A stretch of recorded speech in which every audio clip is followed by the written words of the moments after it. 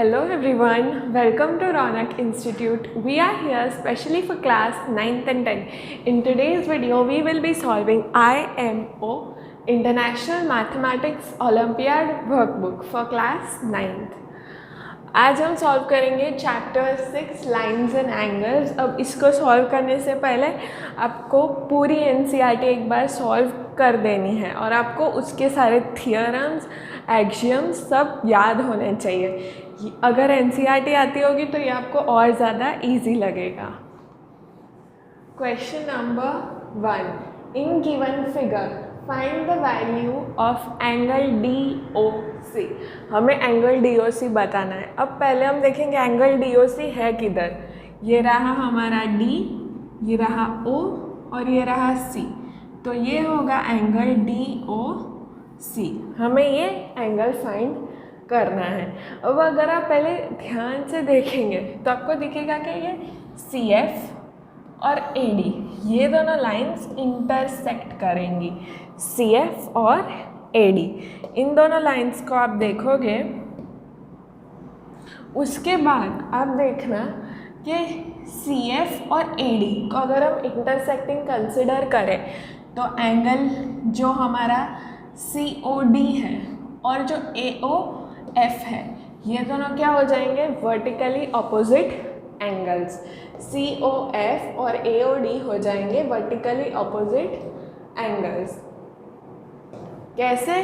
क्योंकि ये हम कंसिडर करेंगे लाइन CF और AD इंटरसेक्ट करेगी तो COD और AOF वर्टिकली ऑपोजिट एंगल्स हो जाएंगे। अब हमने थियरम 6.1 में पढ़ा है कि वर्टिकली ऑपोजिट एंगल्स जो होते हैं वो इक्वल होते हैं।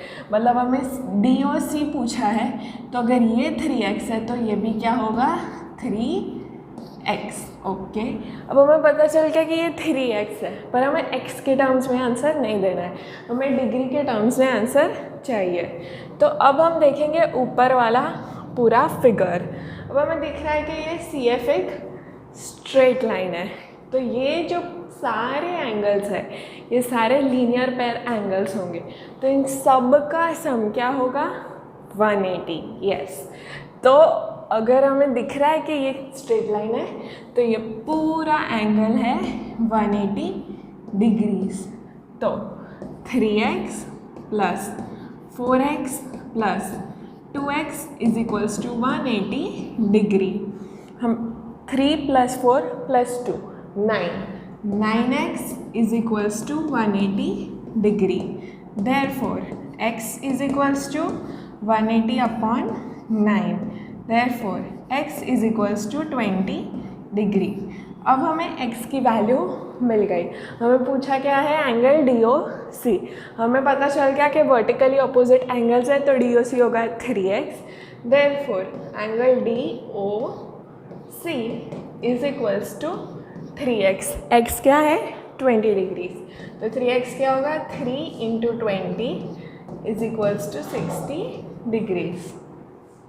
अब हमारा question number 2, if the angles of triangle are in the ratio 3:4:5 then the triangle formed will be. हमें एंगल्स के रेशियो दिए हैं और हमें पता नहीं कौन से टाइप का ट्राइंगल है। राइट एंगल ट्राइंगल है, आइसोसेलेस ट्राइंगल है, स्केलिन ट्राइंगल है या ऑब्ट्यूज एंगल ट्राइंगल है। अब आपको ये क्वेश्चन आपने कभी फेस नहीं किया होगा एनसीईआरटी में, तो मैं पहले आपको बता देती हूँ कि ये चारों टाइप ऑफ ट्राइंगल का मतलब क्या होता है। अब राइट एंगल ट्राइंगल मतलब एक ऐसा ट्राइंगल जिसका एक एंगल 90 डिग्री हो, उसको हम बोलेंगे राइट एंगल ट्राइंगल। दूसरा है आइसोसेलेस ट्राइंगल। आइसोसेलेस ट्राइंगल एक नॉर्मल ट्राइंगल होता है, बस उसमें क्या होता है, दो साइड्स इक्वल होती है, कोई भी दो साइड की लेंथ सेम होती है। तो अगर दोनों साइड इक्वल होगी तो हमें पता है कि उसके अपोजिट एंगल्स भी इक्वल होंगे, मतलब दो साइड्स और दो एंगल्स सेम होते हैं किसमें, आइसोसेलेस ट्राइंगल में। थर्ड है स्केलिन ट्राइंगल। स्केलिन ट्राइंगल मतलब हमारा नॉर्मल ट्राइंगल, कुछ भी साइड हो सकती है, कुछ भी एंगल हो सकता है, कुछ सेम हो ना हो ऐसा कुछ ज़रूरी नहीं है। और लास्ट है ऑब्ट्यूज एंगल ट्राइंगल, मतलब एक ऐसा ट्राइंगल जिसमें एक एंगल हो ऑब्ट्यूज ग्रेटर देन 90 डिग्री, उसको हम बोलते हैं ऑब्ट्यूज एंगल ट्राइंगल। अब हम एंगल के वाया फाइंड कर लेंगे कि ये कौन सा ट्राइंगल होगा। तीनों एंगल्स के रेशियो क्या है, 3:4:5। मतलब कि अगर एक एंगल 3 डिग्री है तो दूसरा 4 डिग्री और तीसरा 5 डिग्री। अगर एक एंगल 30 है तो दूसरा 40 है, तीसरा 50। रेशियो का मतलब ये होता है। तो हम मान लेते हैं कि late angles B 3x, 4x and 5x।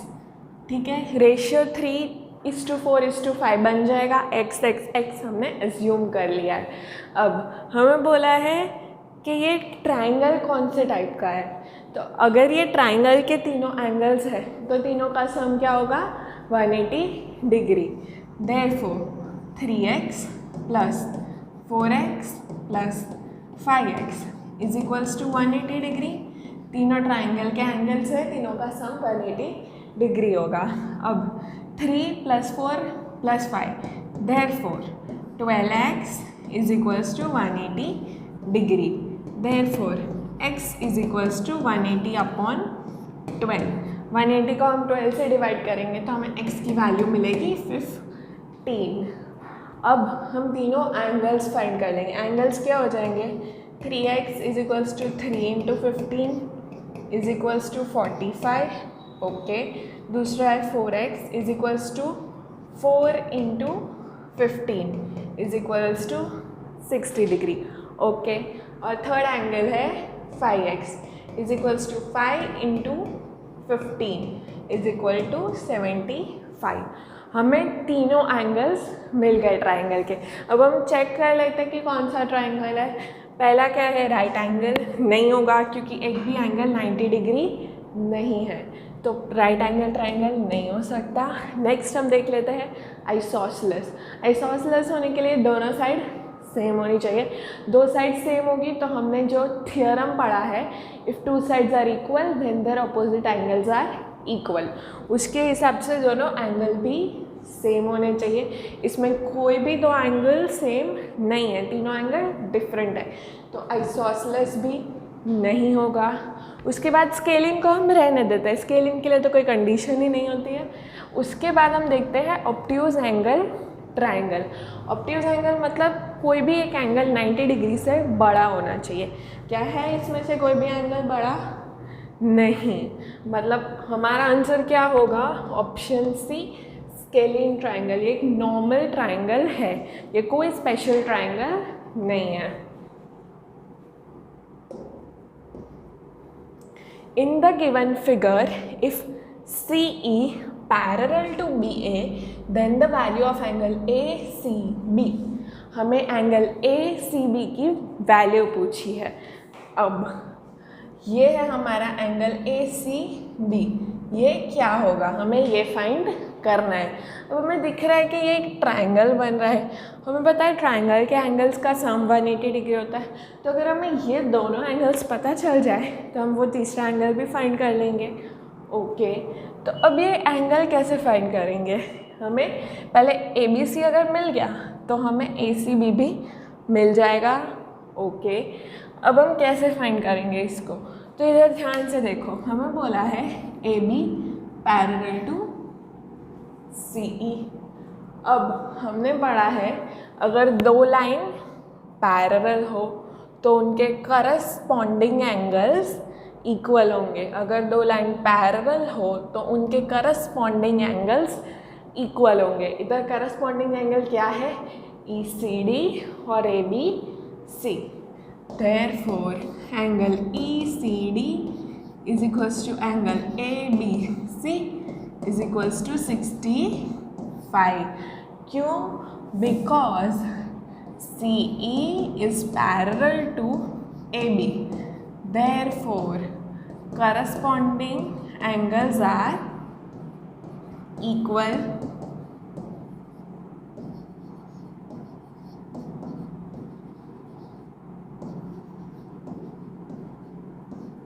Okay, तो ये हमें मिल जाएगा इससे ABC क्या हो गया 65।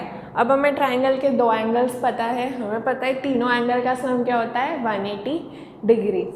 तो हम लिख देंगे कि for triangle ABC angle A plus angle B plus angle C is equals to 180 degree. Angle है हमें पता है क्या है 60 डिग्री है। ओके, एंगल B हमें पता है क्या है 65 डिग्री है।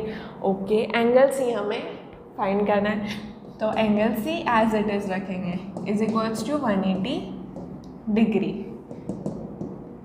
Therefore, angle C is equals to 180 degree minus 60 degree minus 65 degree. ये जो 60 और 65 इधर प्लस है, दूसरी साइड में जाके माइनस हो जाएंगे। 180 माइनस 60 माइनस 65 क्या होगा 55। तो हमें एंगल C 55 मिल गया। एंगल C मतलब एंगल ACB जो कि हमें क्वेश्चन में पूछा है। तो हमारा करेक्ट आंसर होगा ऑप्शन B 55।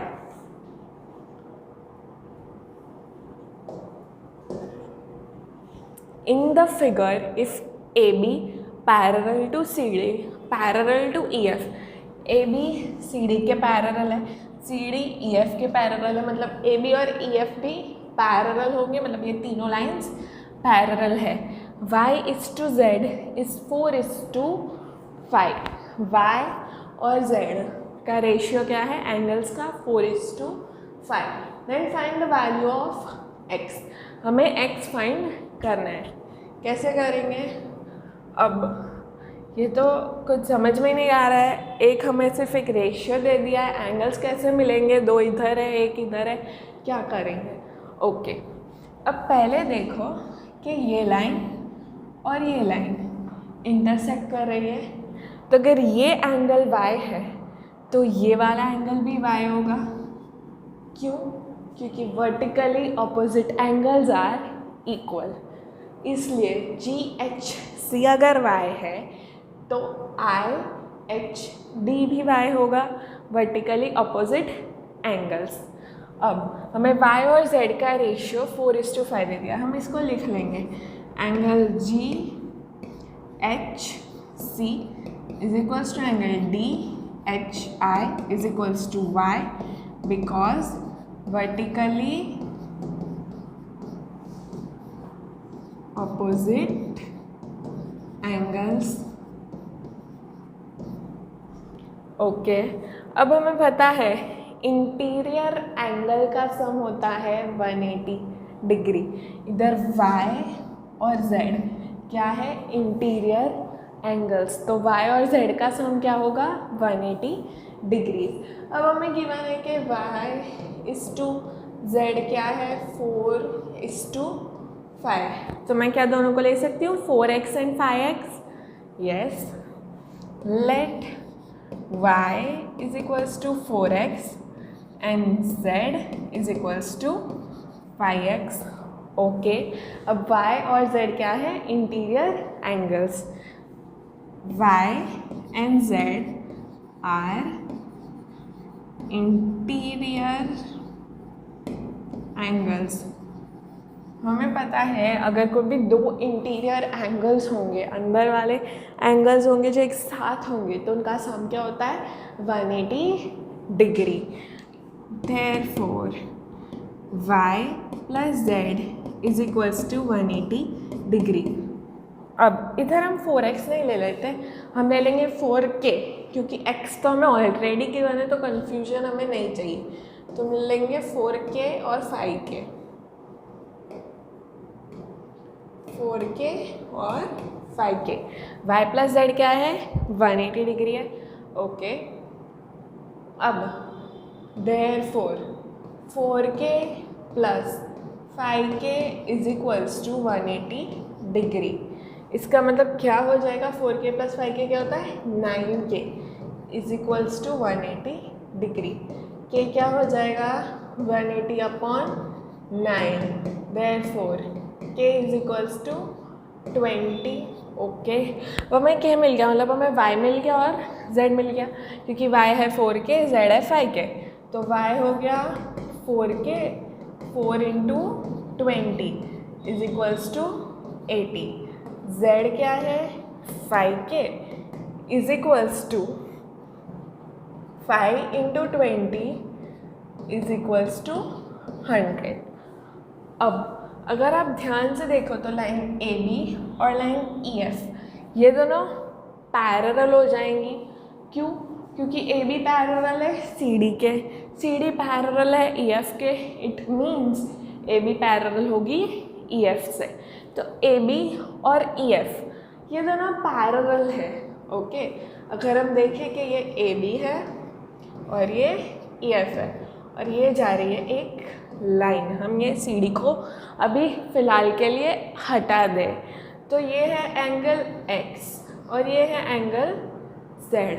अब हमने ये भी पढ़ा है कि ऑल्टरनेट इंटीरियर एंगल्स इक्वल होते हैं, मतलब ये दोनों लाइन पैरेलल है, x और z क्या है alternate interior angle. Alternate interior angle मतलब जो सेम साइड पे होते हैं वो इंटीरियर एंगल होते हैं, और जो इंटीरियर एंगल है पर क्रॉस में है उसको हम बोलेंगे alternate interior angle.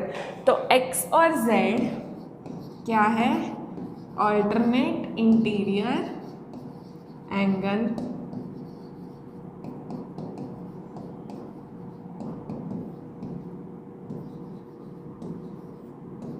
Therefore x is equals to z is equals to क्या मिला था हमें z 100, तो हमें x की वैल्यू मिल गई 100। Option A. हमने सिंपल मेथड किया, हमने y को इधर ला दिया, y प्लस z 180 होगा, सेम इंटीरियर एंगल, तो हमें y और z की वैल्यू मिल गई क्योंकि हमें उनका रेशियो पता था। अब हमें पता है z और x इक्वल होंगे। क्यों? क्योंकि ये दोनों पैरेलल लाइन है और x और z क्या है ऑल्टरनेट इंटीरियर एंगल। तो इससे हमें पता चल गई x की वैल्यू जो हमें क्वेश्चन में पूछी थी 5। In the given figure A B parallel to C D दिख रहा है, yes. P Q and Q R intersects A B and C D both at E F G and H respectively, find the value of x। अब हमें ये x की value पूछी है, पहली बार देखने पे हमें पता ही नहीं चलेगा कि ये x कहाँ पे है, इसका तो कोई इंटीरियर एंगल नहीं होगा, कोई ऑल्टरनेट नहीं, कोई वर्टिकली अपोजिट एंगल नहीं होगा, कैसे फाइंड करेंगे x को। तो पहले आप देखो, हमें अगर लाइंस एंड एंगल के क्वेश्चन सॉल्व करने हैं उसमें हमें यूजुअली पूछा होगा ये एंगल क्या है, ये एंगल क्या है। तो पहले आप देखो कि उसका कोई वर्टिकली अपोजिट एंगल बन रहा है, उसका कोई ऑल्टरनेट एंगल बन रहा है, उसका कोई इंटीरियर एंगल बन रहा है, तो वो एंगल फाइंड करो और उससे आपको वो एंगल जो पूछा हुआ है वो मिल जाएगा। ये हमारी बेसिक अंडरस्टैंडिंग होती है इस चैप्टर की। पर यहाँ पे तो इसके लिए कोई ऐसा एंगल नहीं दिख रहा, पर हाँ तो आप ट्राई करो, ध्यान से देखो तो आपको कुछ दिखेगा। आपको दिखेगा कि ये एक ट्रायंगल बन रहा है। क्या बन रहा है? ये एक ट्रायंगल। ट्रायंगल के एंगल्स का सम क्या होता है? 180 डिग्री। ओके, अगर हमें ये चाहिए तो हमें ये एंगल और ये एंगल पता होने चाहिए। अगर हमें ये दोनों एंगल मिल गए तो हमें ये एंगल भी मिल जाएगा। अब पहले हम ये एंगल फाइंड करने की कोशिश करेंगे, जी ई एफ। जी ई एफ कैसे मिलेगा? पी ई एफ और जी ई एफ क्या है? Linear pair angles. ये एक लाइन पे लाई करते हैं। If a ray stands on a line, sum of two angles so formed is 180 degree.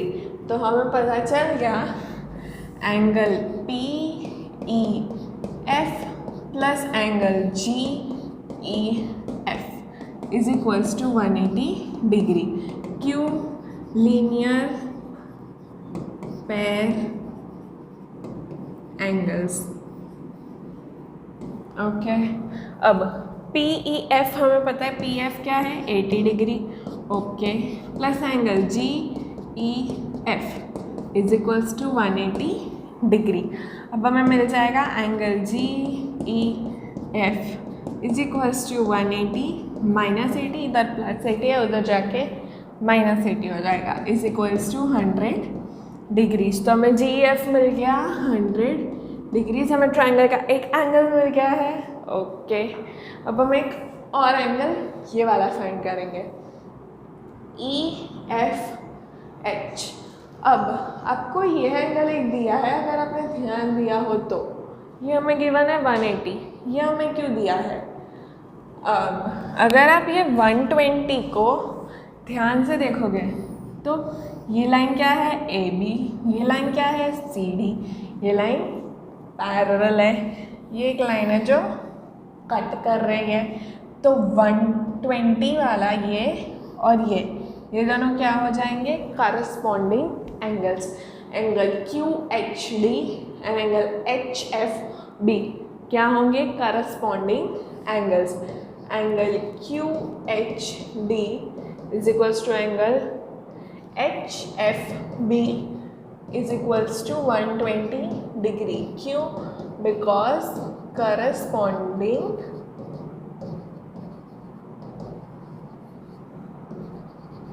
Angles. अब QHD 120 है, ये भी 120 मिल गया। ओके, अब हमें मेन चाहिए ये वाला एंगल EFH, वो मिल गया तो हमें मिल जाएगा X। EFH कैसे मिलेगा?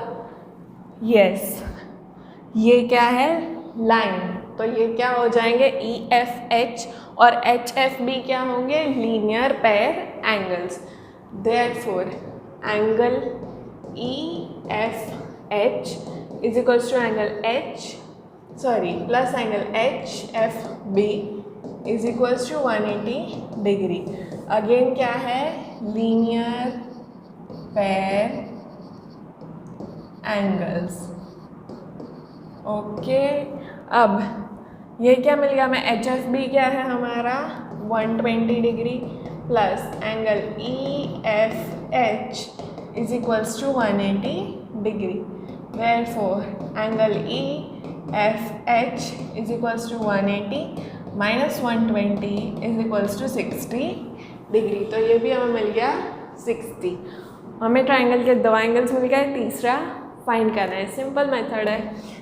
इन ट्राइंगल, कौन सा ट्राइंगल है? EQ और ये क्या है? F। In triangle EQF angle E plus angle Q plus angle F is equals to 180 degree. Angle E क्या है? 100। एंगल Q क्या है? एंगल Q तो हमें फाइंड करना है, X है हमारा। एंगल F क्या है? 60 plus 60 is equals to 180 degree.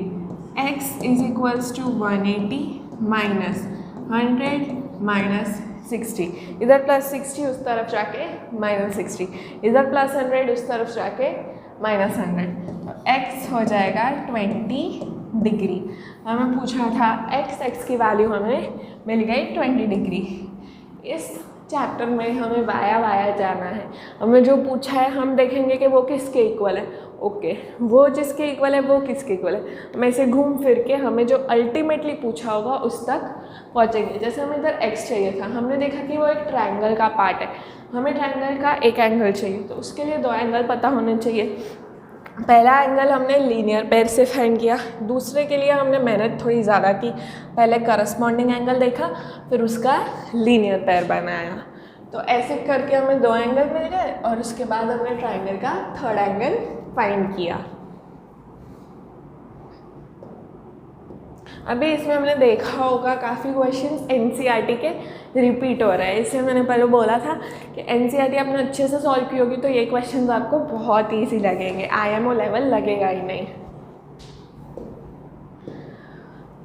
Okay, again हमें एक फिगर दिया है। In the given figure AB parallel to CD, AB parallel to EF। अब अगर हमें बोल दे ये दोनों पैरेलल है और ये दोनों पैरेलल है, तो इसका मतलब ऑब्वियसली ये दोनों भी पैरेलल होंगे। EA perpendicular to BA, EA कहाँ पे है? EA, वो किसके परपेंडिकुलर है? BA के, मतलब ये दोनों चीज़ें परपेंडिकुलर है AB और ई एफ यहाँ पे हमें दिया है 90 डिग्री एंगल दिखाया है. Okay, and angle BEF is equals to 55 degree. Then the value of x, y and z are respectively what? हमें एक एंगल दिया है और ये फिगर दिया है, इसकी हेल्प से हमें और 3 एंगल्स फाइंड करना है. चलो, पहला तो हमें बहुत क्लियर दिख रहा है कि एंगल BEF ये है 55, और अगर हमें बोला है कि ये 90 डिग्री है तो हमें दिख ही रहा है कि अगर ये लाइन इसके परपेंडिकुलर है, हमें जो गिवन है कि EA AB के परपेंडिकुलर है, तो AB तो EF के पैरेलल है, मतलब ये लाइन इसके भी परपेंडिकुलर होगी, मतलब ये एंगल भी 90 डिग्री होना चाहिए. वापस समझाती हूँ, हमें बोला है EA AB के परपेंडिकुलर है, तो EA EF के भी परपेंडिकुलर होगी. क्यों? क्योंकि EF AB के पैरेलल है. तो EA जो एंगल AB के साथ बनाएगी वही एंगल EA EF के साथ बनाएगी, क्योंकि दोनों लाइंस पैरेलल है. तो यहाँ पे ये एंगल अगर 90 है तो ये भी 90 होगा. अगर ये 90 होगा इसका मतलब क्या हो जाएगा कि Z plus 55 degree is equals to 90 degree. Okay, Z हो जाएगा 90 माइनस 55, तो हमें Z मिल जाएगा हमारा 35 डिग्री. यस, हमें ये दिख गया कि ये परपेंडिकुलर है तो ये पूरा 90 डिग्री है, तो Z प्लस 55 होगा 90 डिग्री, तो हमें Z मिल गया 35 डिग्री. अब हमें नेक्स्ट पूछा है values of x and y. हमें Z की तो मिल गई 35, अब हम x और y फाइंड करेंगे. अब हमें क्या ये दिख रहा है कि x और y एंगल सेम होंगे? क्या ये बात दिखी किसी को? कैसे? x और y, AB और CD पैरेलल है, ये लाइन उसको कट कर रही है. x और y क्या है? इंटीरियर एंगल, सॉरी x और y क्या है? Corresponding angle. Angle x is equals to angle y because corresponding